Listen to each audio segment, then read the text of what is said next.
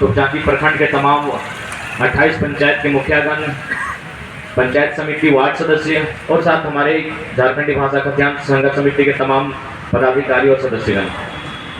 जब भारत देश एक लोकतांत्रिक ढांचे में बदला तो भारत देश में दो प्रकार की व्यवस्थाएं की गई थी, एक केंद्र स्तर की, दूसरी राज्य स्तर की। लेकिन उन व्यवस्थाओं के माध्यम से जो भी सरकार की योजनाएं अंतिम पायदान पर खड़े व्यक्ति तक पहुंचाई जाती थी, वो कहीं ना कहीं पहुंच नहीं पाती थी। और इस बात का पुष्टि तब होता है जब भारत देश के दिवंगत प्रधानमंत्री स्वर्गीय राजीव गांधी ने एक स्टेटमेंट दिया था कि केंद्र जो रुपया अगर 100 रुपया भेजता है तो गांव जाते जाते 15 रुपए में बच जाता है।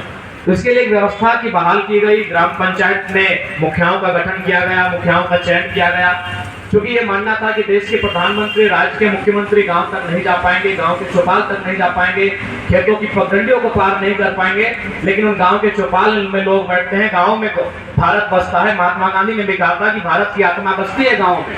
तो गांव तक संभव था कि प्रधानमंत्री नहीं जा पाएंगे, गांव तक संभव था कि मुख्यमंत्री नहीं जा पाएंगे, इसलिए भारत देश में पंचायती राज की व्यवस्था की गई। इस पंचायती राज की व्यवस्था के लिए जब चर्चा परिचर्चा हो रही थी तो लगभग 3-4 समितियां बनी थी।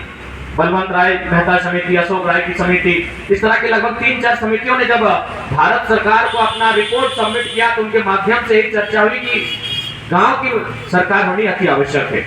अतः आज मुखिया संघ और उनके साथ तमाम जनप्रतिनिधि जो धरने पर बैठे हैं, ऐसे में कहीं ना कहीं एक सवाल खड़ा होता है, भारत के लोकतांत्रिक विषय पर सवाल खड़ा होता है कि केवल मुखिया पंचायत का चुनाव, त्रिस्तरीय पंचायत चुनाव जिसे हम कहते हैं, वो केवल खानापूर्ति नहीं होनी चाहिए। जिन स्थानीय जनप्रतिनिधियों को चयन किया जाता है, जिनका चुनाव जनता बिल्कुल सांसद और विधायक के तर्ज पर करती है, उनके पास भी अधिकार होने चाहिए, उन्हें अपने क्षेत्र का विकास करने का, चर्चा परिचर्चा करने का अधिकार होना चाहिए और साथ ही साथ प्रखंड विकास पदाधिकारी का उनमें सहयोग होना चाहिए। तो आज ये दुर्भाग्य का विषय है, क्योंकि अगर उस हर एक पंचायत के जनप्रतिनिधि रुष्ट रहेंगे तो हम उम्मीद नहीं कर सकते हैं कि उस पंचायत में जनता का विकास की बात कही जा सकती है। अतः जनप्रतिनिधियों में जो नाराजगी है उसे संज्ञान में लेते हुए, इस मामले को गंभीरता पूर्वक समझते हुए, तमाम पदाधिकारियों को जो पंचायती राज व्यवस्था को देखते हैं उन्हें इस विषय पर चर्चा करते हुए बीच में आकर जनप्रतिनिधियों की मांगों को सुनना चाहिए।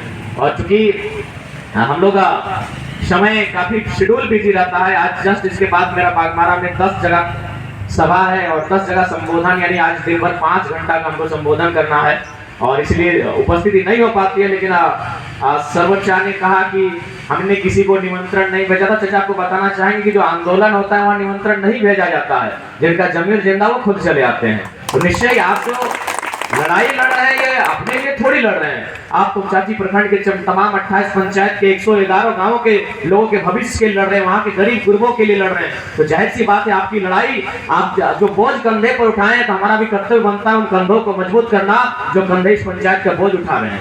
इसलिए निश्चय ही हमारी उपस्थिति विलंब से हुई और जब तक ये धरना रहेगा हम प्रयास करेंगे, हमारा किसी भी कोने में, झारखंड के किसी भी कोने में हमारा कार्यक्रम रहेगा, हम सुबह अपना यहाँ हाजिरी लगा कर जाएंगे, आपको अपना नैतिक समर्थन, अपना शारीरिक समर्थन देकर जाएंगे ताकि आपका मनोबल ऊंचा रहे। और बिल्कुल आप हमारे अभिभावक हैं, आप हमारे गार्जियन स्वरूप हैं, आप जो जिस कार्य और जिस पीड़ा को उठाएंगे हम उस पर बिना किसी सवाल के आपका समर्थन करेंगे, क्योंकि आप हमारे अभिभावक हैं। और मैं इतना अभी काबिल नहीं हुआ हूँ, मेरी इतनी आयु अभी नहीं हुई है कि आप किसी कार्यक्रम को करेंगे उसमें हम सवाल जवाब करके ऊपर से देंगे। आप जिस कार्यक्रम में बैठ जाएंगे वो मेरा आदेश होगा, वो हम आएंगे।